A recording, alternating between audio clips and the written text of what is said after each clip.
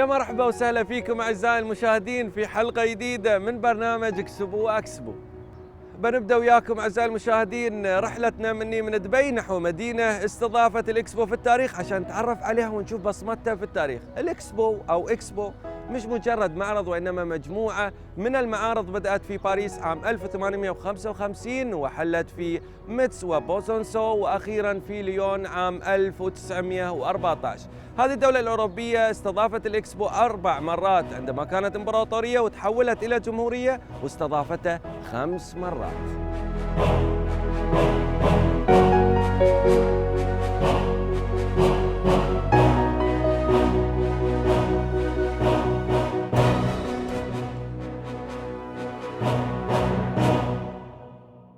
توقع يا بريطانيا ولا فرنسا؟ والله يا إيطاليا يا بريطانيا يا فرنسا. والله يمكن فرنسا أو أنها تكون إيطاليا. والله تبصق بين أمريكا أتوقع ولا فرنسا يمكن. عالم الله أنها فرنسا.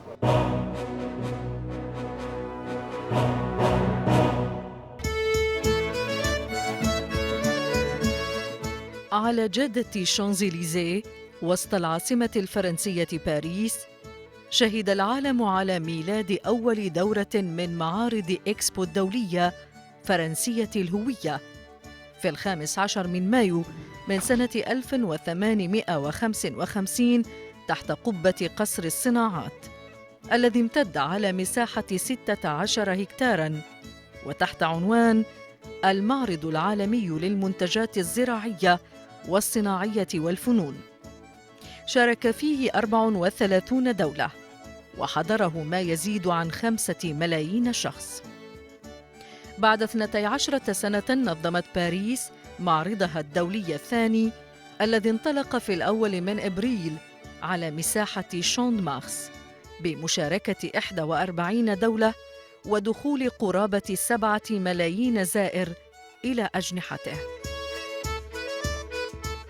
احتضنت باريس بعد ذلك معارض الإكسبو الدولية 3 مرات، كان آخرها وأبرزها ذلك الذي نظمته سنة 1900 بعدد 50,800,000 زائر ومعروضات واختراعات يراها العالم للمرة الأولى في تاريخ الثورة الصناعية الأوروبية.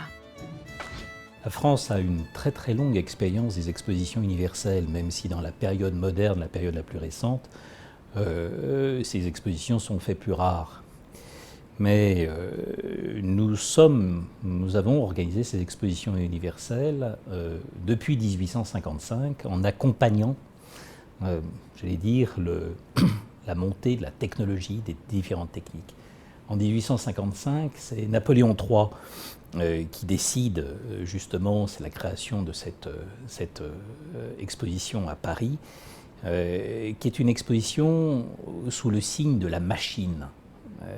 Nous sommes au milieu du XIXe siècle et ce que vont voir les Français et ces visiteurs, dont on n'a pas vraiment le nombre, on parle de plusieurs dizaines de milliers de personnes en 1855, ce sont des marteaux-pilons, des moteurs hydrauliques, des ventilateurs, des machines pour l'industrie forestière. Mais c'est en 1855 que, lors de l'exposition universelle de Paris, le public découvre la tondeuse à gazon, la première machine à laver le linge, le revolver à 6 coups de M. Colt, ou ce que l'on appelait la locomobile, le premier véhicule à se mouvoir grâce à l'huile de pétrole, mais également les machines à coudre Singer, ou encore une petite poupée qui parle comme un jouet.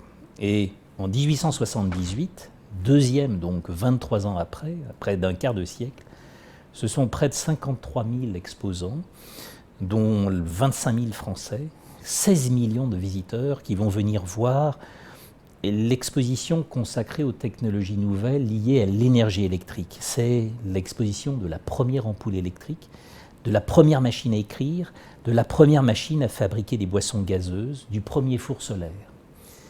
En 1889, c'est la 3e exposition, nous sommes passés de 53 000 exposants à plus de 60 000, dont 27 000 étrangers, et surtout le nombre de visiteurs a doublé, 32 millions de visiteurs. Et cette exposition de 1889, c'est sans doute l'exposition universelle la plus marquante, puisqu'elle correspond au premier centenaire de la Révolution française. Et c'est une exposition à bien des égards exceptionnelle, puisque pour la première fois, cette exposition est marquée par le souhait de développer une société de loisirs. Et naturellement, il en reste aujourd'hui quelque chose, puisque c'est le monument français le plus connu, c'est la Tour Eiffel, qui est construite par l'ingénieur Eiffel, effectivement en 1889, en moins d'1 an.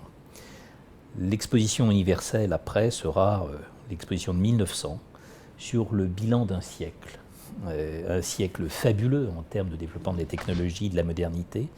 Nous ne sommes plus à 60 000 exposants, mais à 85 000, dont 45 000 étrangers et 51 millions de visiteurs. C'est-à-dire qu'en 50 ans, le nombre de visiteurs a quasiment été multiplié par 5. Et là, c'est là encore une exposition extrêmement populaire, tournée vers le loisir, avec la présence d'une très grande roue, de théâtre, le cinéma des Frères Lumière, qui vient juste d'être inventé, est à l'honneur, sur un écran géant de 21 mètres.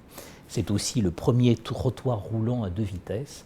C'est une exposition qui laissera jamais aussi des traces comme celle de 1889. Et elle sera suivie après non plus d'expositions universelles, mais des expositions coloniales.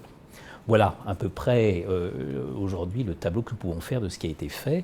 Il n'y a pas eu d'exposition universelle en France depuis, que des expositions coloniales, et c'est la raison pour laquelle mon gouvernement s'est porté candidat, ou réfléchit en tout cas à développer notre candidature pour 2025.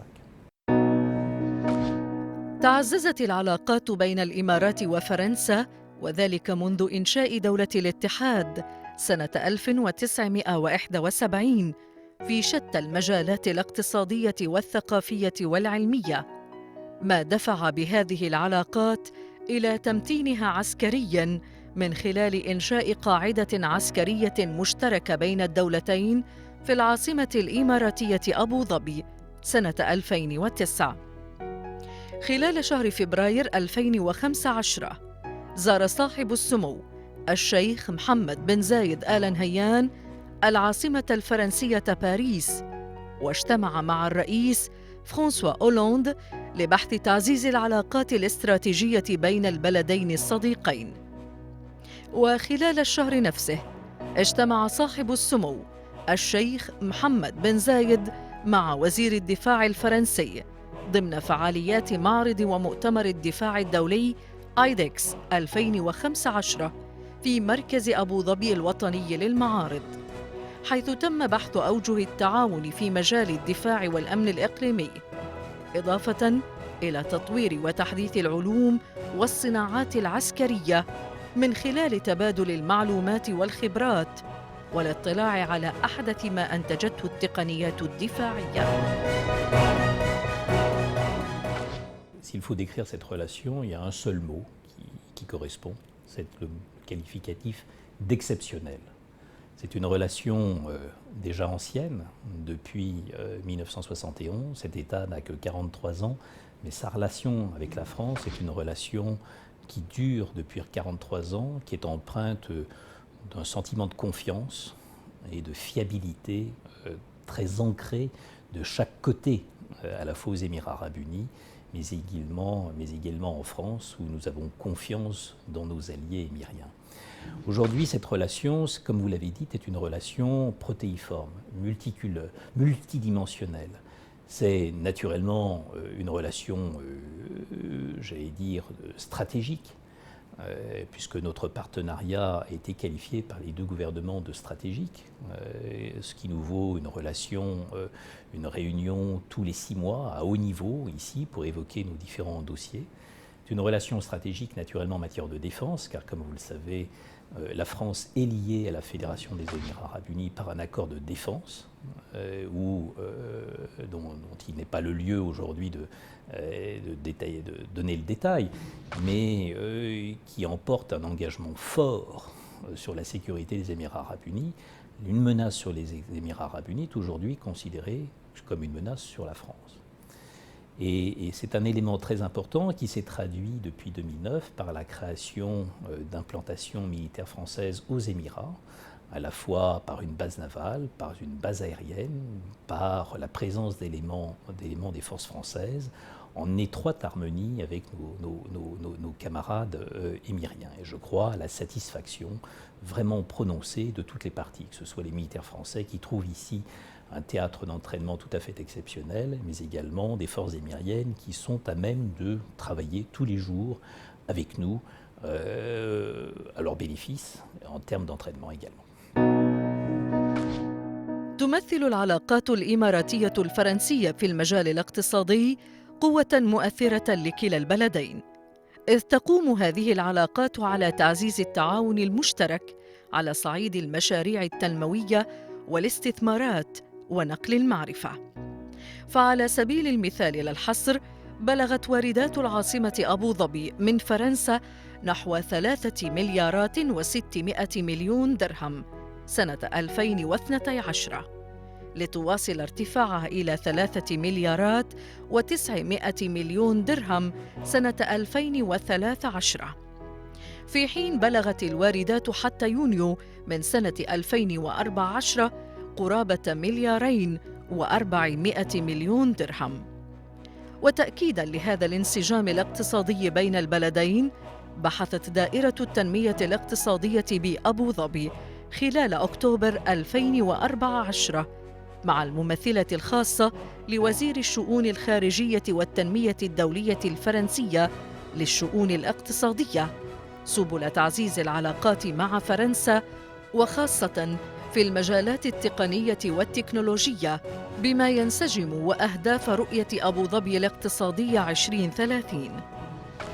Cette relation, c'est aussi une relation naturellement économique, une relation économique fondamentale, puisque les Émirats arabes unis sont aujourd'hui le 3e excédent commercial de la France. Vous savez à quel point nous avons pu emporter dans ce pays des succès fondamentaux à travers Airbus, pour l'équipement des grandes compagnies aériennes que ce pays a su constituer, qui n'existaient pas, compagnies aériennes qui n'existaient pas au milieu des années 80, qui sont aujourd'hui des compagnies de référence, et nous sommes fiers d'avoir vendu 140 Airbus A380 à la compagnie Emirates, et de continuer à avoir le succès que nous avons avec la 350 ou la 330. C'est aussi un élément très important de notre partenariat dans le domaine de l'oil and gas, marqué il y a quelques jours encore par le renouvellement pour 40 ans, des concessions de Total sur la concession d'ADCO. Ce n'est pas un cadeau, c'est le fruit d'une coopération, d'une implantation qui dure depuis 75 ans dans cette région du monde et surtout depuis plus de 40 ans aux Émirats arabes unis, où nous avons participé au développement technologique, à la formation des Émiriens dans le domaine de l'oil and gas, avec une relation, là encore, et je voudrais encore insister là-dessus, une relation de confiance exceptionnelle avec la NOC, avec la compagnie locale, et qui fait qu'aujourd'hui, Total est un partenaire fondamental. Et cette base militaire que nous avons ici, elle va de pair avec ces concessions de 40 ans. Ce ne sont pas des engagements pour quelques années, ce sont des engagements de très très longue durée auxquels nous sommes attachés comme nos partenaires émiriens. Le reste, si vous voulez, la croissance de notre activité commerciale avec les Émirats arabes unis est naturellement à la hauteur de ce que représente ce marché, de ces investissements. Les Émirats arabes unis sont le premier investisseur du Golfe en France, grâce à ces grands fonds. Notre commerce courant ne cesse de progresser aujourd'hui dans tous les domaines d'activité. Le tourisme est également une zone d'activité absolument fondamentale. Aujourd'hui, qui sait que 350 000 touristes français viennent chaque année aux Émirats arabes unis. C'est devenu une destination réputée, de qualité, où naturellement le savoir-faire, les qualités d'accueil, l'hospitalité des Émirats, mais également, j'allais dire, le savoir-faire, la qualité de ces établissements ont joué un rôle fondamental. Et donc, j'allais dire, on ne peut citer 50 dossiers qui vont de l'ingénierie financière à l'agroalimentaire, au développement de notre coopération universitaire, aujourd'hui marquée par la montée en puissance de la Sorbonne Abu Dhabi, mais également le domaine culturel. où le projet phare est naturellement constitué par ce premier projet de musée universel qu'est le Louvre Abu Dhabi. Je vous rappelle que nous l'inaugurerons dans les mois à venir. C'est un chef-d'œuvre architectural qui porte haut l'ambition de la fédération, qui est le témoignage, j'allais dire, d'une coopération extraordinairement étroite, puisque les musées français se sont engagés à constituer une collection. Les musées français prêtent 300 œuvres. Cette liste, elle ne vous a pas échappé, elle a été publiée il y a quelques mois. Elle montre que nous allons procéder au prêt pour de courte ou de moyenne ou de longue durée d'œuvres majeures, d'un Léonard de Vinci, d'autoportraits de Van Gogh, de Manet, de très grandes sculptures égyptiennes. C'est la première fois que nous créons un musée universel depuis la création du musée universel de New York, du Metropolitan Museum de New York en 1873. Nous avons là vraiment un exemple donné au monde, j'allais dire, à la fois d'engagement culturel, d'ouverture culturelle, d'ouverture religieuse, et qui donne vraiment de ce pays l'image d'un havre de paix dans un environnement dont chacun sait qu'il est plus que jamais sujet à des contraintes, à des tensions et à tous les dangers.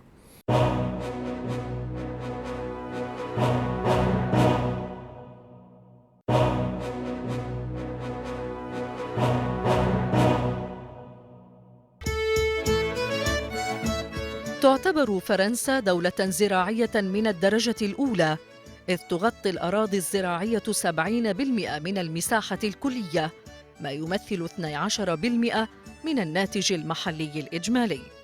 وعليه فهي تطمح إلى لعب دور رئيس على مستوى قضايا الزراعة الغذائية.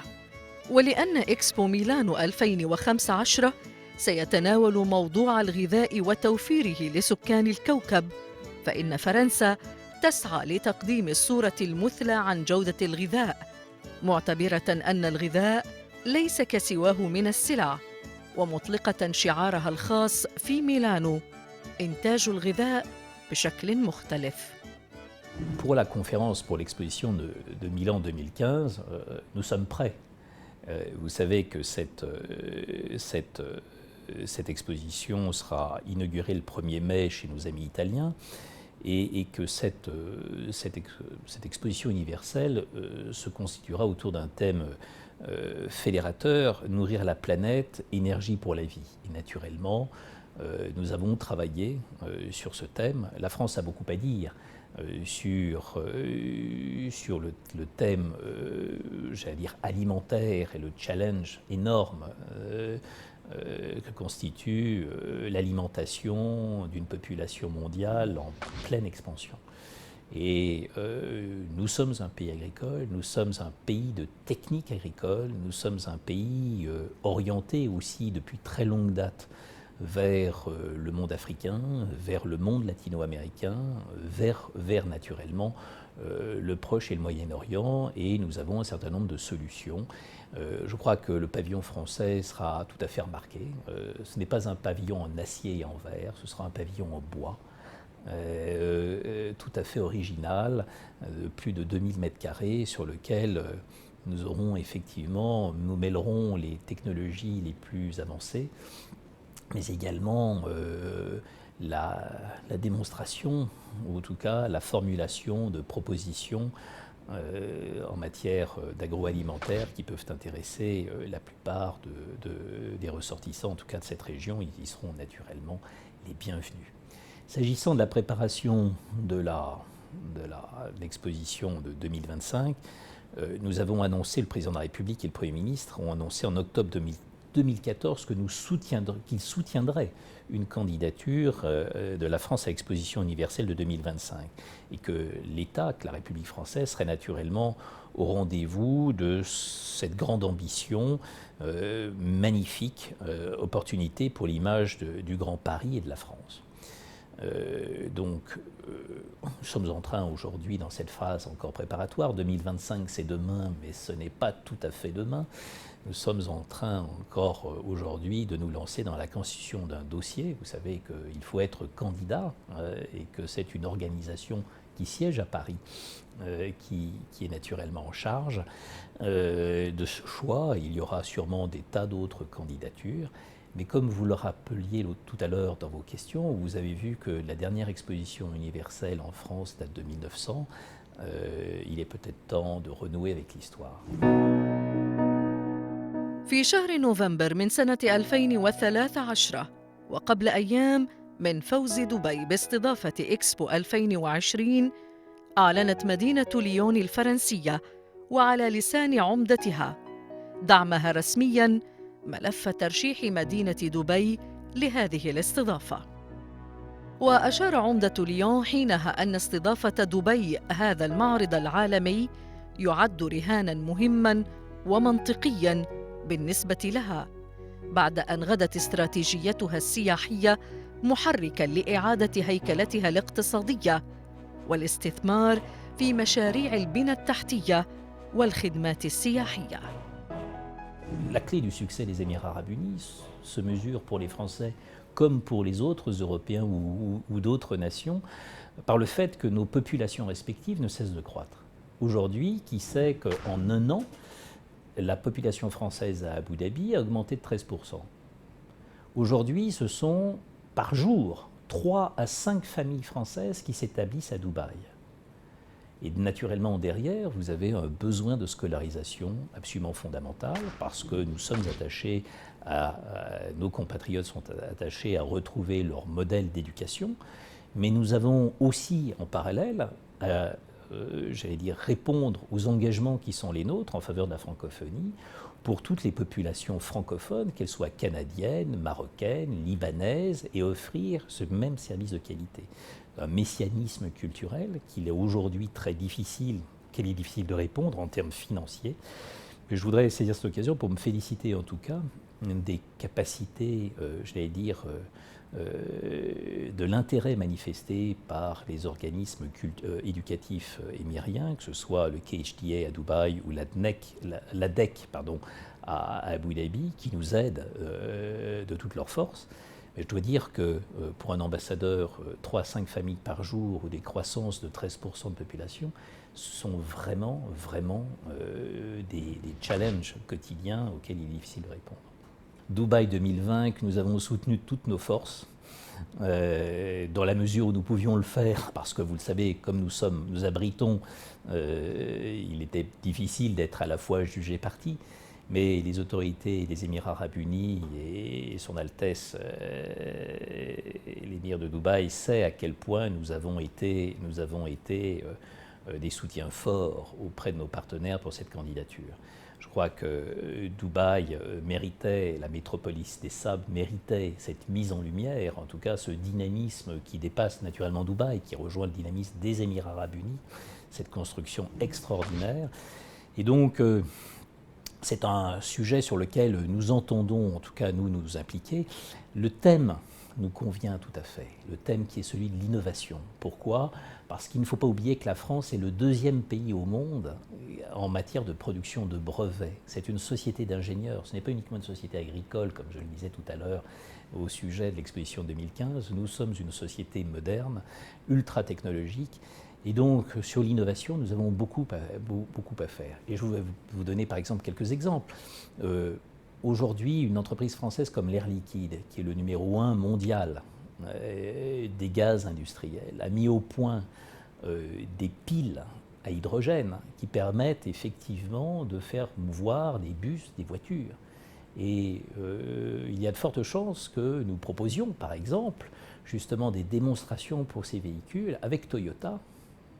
Toyota universellement reconnu aux Émirats arabes unis, mais qui vous montre à quel point des technologies françaises développées peuvent susciter, des bouleversements dans le futur en utilisant l'hydrogène, le gaz le plus abondant de la Terre et le moins coûteux. Mais des phénomènes de ce genre peuvent aussi concerner des sociétés de télécommunications comme Orange.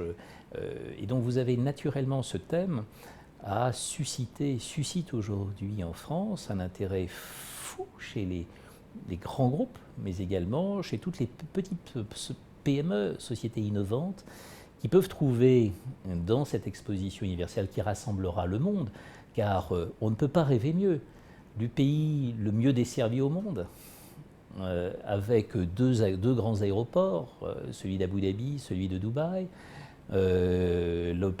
l'aéroport Al Maktoum, qui en 2020 sera en grand chantier, ou en tout cas en partie opérationnel, et certaines des plus grandes compagnies aériennes qui soient. C'est en fait un peu, cette exposition universelle, un peu de cherry on the cake sur un processus de développement que Sherzayed a lancé en 1971 et qui fait aujourd'hui de ce pays une vitrine technologique et aussi dans une ville comme Dubaï qui est le témoignage même de la coexistence pacifique de cultures et de religions différentes.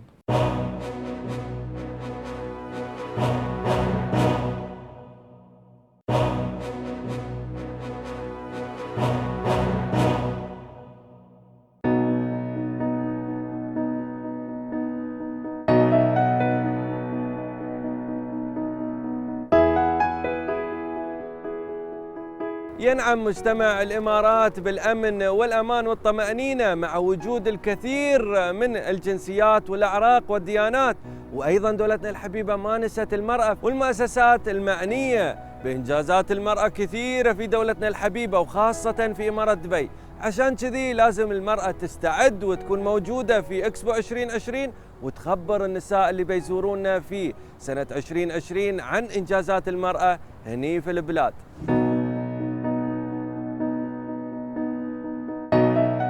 مع بداية الألفية الثالثة تحولت دبي من مدينة متموقعة في قلب الصحراء العربية إلى جنة خضراء عصرية يؤمها الناس من كل الأماكن بحثاً عن فرص جديدة للعيش والعمل وزيادة الاستثمارات وإطلاق أحلامهم المؤجلة نحو آفاق واسعة غير محدودة.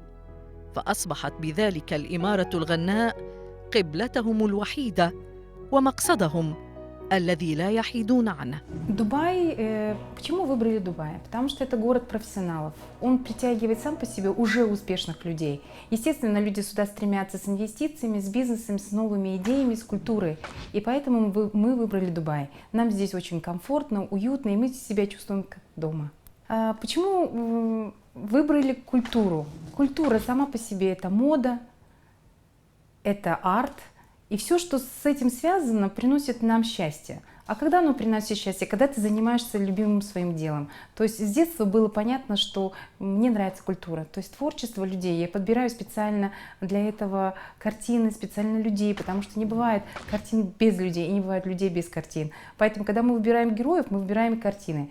Наши самые любимые герои – это люди с СНГ, которые говорят по-русски. Иногда невозможно сказать все по-английски или по-арабски, и тогда ты выбираешь язык культуры, который будет понятен всем народам, особенно в Дубае, потому что культура сейчас в Дубае тянет сама по себе людей как магнит, который связан с творчеством, культурой и с фэшном.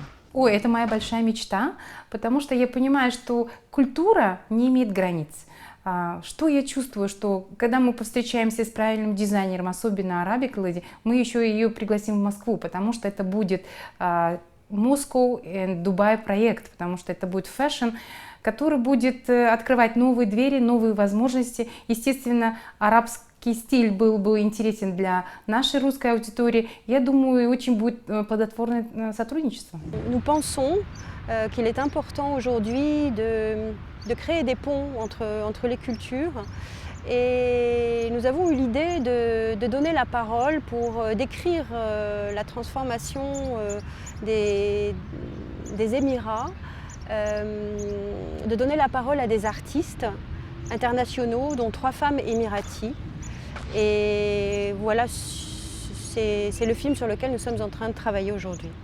Alors, l'idée du film est de capturer en fait les instants magiques de création quand une toile est en train de se faire, une sculpture est en train de se créer, et de laisser la parole à ces artistes qui ont soit vécu la transformation de ce pays, transformation soudaine de ce pays, et de laisser la parole aussi au docteur Awad en fait, de l'UNESCO qui nous offre un résumé de tout l'historique des Émirats. So a very long time ago, when I started my career here in Dubai, I was probably the only woman doing what I was doing in technology. And it took me quite a long time for people to start taking me seriously, because there weren't any more women who were doing what I was doing in technology. So in a while, I was probably the only woman in conferences, I was the only woman in technology meetings, I was the only woman in a bunch of 50 men, always. And it was my dream that there are more women that I could get into these conferences, into these meetings, into the boardrooms. And in around 2008, I saw that a lot of women would start approaching me to ask for mentorship. And given the fact that I was so busy, I wasn't really able to give them the time that they deserved and the mentorship that they deserved to bring up their careers. So I started this foundation in 2011. It was a part of a US State Department program called Tech Women, where they would invest and get a few women from Middle East and Africa, and we would take them to Silicon Valley, and we'd host them with the world's largest companies and mentor them for 4 weeks. And the 5th week we'd spend in Washington, D.C. at the State Department, getting to know the State Department officials. After they came back to the region, they had so much experience, their lives changed, but they didn't know what to do next. So I started this foundation basically to first start helping them, and then I included a lot more other women in it. And since Dubai was home for such a long time, I started involving a lot of women, reaching out to the market, and that's when we started Women in STEM as a program. And Women in STEM is a program where we help women create networks and get into entrepreneurship, get into jobs, create skill sets that would enable them to start their own businesses or bring themselves to higher levels within science and technology within the region. Science and technology, I believe, is the future of this country. And Sheikh Mohammed believes in this. And of course, there are a lot of women that have entered the space, but a lot of women also leave the space very quickly. What we're trying to do is create a sustainable network for these women to continue their vocations, their enterprise, their careers throughout their lives. And that's what the foundation does.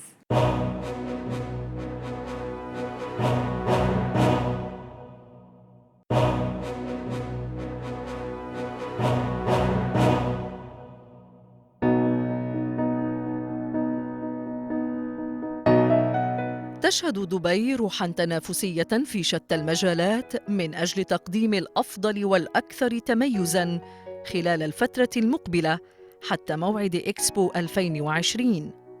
فالجميع هنا من فنانين ومبتكرين ومبدعين وحتى مستثمرين يبحثون عن موقع قدم لهم على هذه الأرض الطيبة التي يعمها الأمن والرفاهية والفرص اللامنتهية. ما كانت دبي ستحظى باستضافة إكسبو 2020 لولا المقومات التي تمتلكها هذه الإمارة، ولولا الدور الكبير الذي لعبته وسائل الإعلام سواء المحلية أو العربية أو العالمية، حيث كان لها حضور وتجاوب وتفاعل كبير، وحرصت على تبادل المعلومات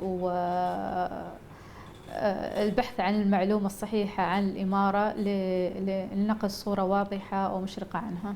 تحرص صحيفة الرؤية على المشاركة في هذا الحدث، بلا شك هو حدث ضخم وسيتطلب منا جهد وتضافر الجهود مع الجهات المعنية والتعاون مع وسائل الإعلام الأخرى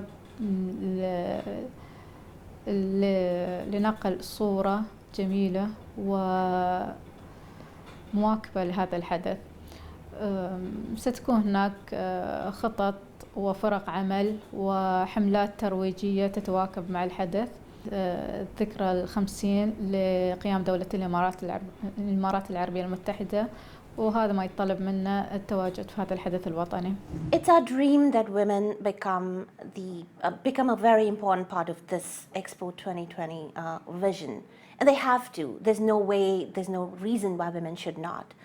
Expo 2020 is going to showcase Dubai as the technology capital of the world, and that is where the foundation comes in. We are creating women, we're helping create women and their careers, helping shape their careers in a manner that will enable them to contribute more to the economy as technologists, as scientists, as mathematicians, and bring forward the skills that they have to contribute to the economy and the productivity of the economy. There is no reason why 50% of this country's population should not be entrepreneurs in technology or should not have some contribution towards Expo 2020. We're trying to go to schools and colleges and enable women and inspire them to come forward and start more ventures that will lead to a better contribution to the society. My dream is that by then we as women would have established our footprint in the economy by contributing through science and technology and related fields. I see a world where integration through science and technology will overcome borders, will overcome time and space. And that's going to happen, and it's quite possible because Expo 2020 will give a platform to so many of us to establish our businesses and contribute to the economy, to create economic value. And I believe if women have created economic value for themselves, the entire venture and the economy becomes more sustainable. Because even now, 90% of purchasing decisions in the world are still made by women, even though they don't come forward. So what if we as women start creating technologies that are really purchasable? Because we are the ones purchasing it in the end. I believe Expo 2020 will be the gateway for women of this country to contribute even more to the economy as entrepreneurs, as individuals, as mothers, as sisters, as a very strong part of the society. Слово «экспо» уже сам по себе лак. То есть это успех, это творчество, это радость, это счастье. Поэтому мы выбрали Экспо как и бренд. Дубай сам по себе уже успешный город. И когда приезжаешь сюда, ты хочешь быть тоже успешным и быть частью этого города. Поэтому наш бренд мы выбрали как Экспо. У нас есть Экспо Мода Gallery. Это то, что мы привозим сюда уже готовые и знаменитые бренды уже со Средней Азии, со стран СНГ, и они становятся успешны здесь, потому что культура и фэшн не имеют границ. А Экспо, мы желаем вообще Экспо Дубай 2020 самого наивысочайшего уровня успеха, потому что он достоин. Потому что девиз это собрать майнды, собрать мобилити. Я полностью уверена, что Экспо 2020 Дубая будет самым успешным ивентом, который когда-либо был в Дубае. И мы им больше желаем еще больше успехов. Дубай – это стильный город. Дубай – это город стиля, фэшна, и поэтому мы решили, что стиль и фэшн, и арт должно быть вместе. А значит, это в сердце Дубая. Поэтому мы выбрали фэшн, обязательно будем заниматься, потому что 25 миллионов, их нужно красиво, стильно одеть, чтобы они чувствовали себя позитивно, присутствовали на красивых ивентах. И, естественно, арт. Мы будем украшать все офисы, все дома и виллы красивым артом, который вдохновит людей на новые подвиги в бизнесе и в их личной жизни. Je pense que l'exposition universelle qui aura lieu à Dubaï en 2020 est un événement extrêmement important, comme toutes les expositions universelles qui ont déjà eu lieu. Et elle l'est peut-être davantage parce que c'est une région où elle n'a jamais eu lieu, donc c'est très intéressant. L'idée, c'est justement de créer ces ponts entre les différentes cultures, et je crois qu'il serait passionnant, tout à fait passionnant de penser à créer des regards documentaires sur, par exemple, la préparation de ce festival et dans le temps, parce qu'un regard de documentariste, c'est toujours un regard qui se passe dans le temps et la durée, contrairement au reportage, à l'actualité. Et c'est un petit peu ça, Adamou Production, donc notre société de production, c'est un petit peu à ça qu'on s'attache. Faire des documentaires avec des regards particuliers dans la durée et dans le temps. Ce qui nous semble très intéressant dans la future exposition universelle qui aura lieu à Dubaï, c'est d'abord la thématique, connexion des esprits et l'avenir. Quel sera donc l'avenir de la planète? À partir de là, je pense qu'il est très intéressant de poser des regards de documentaristes sur ces différents sujets.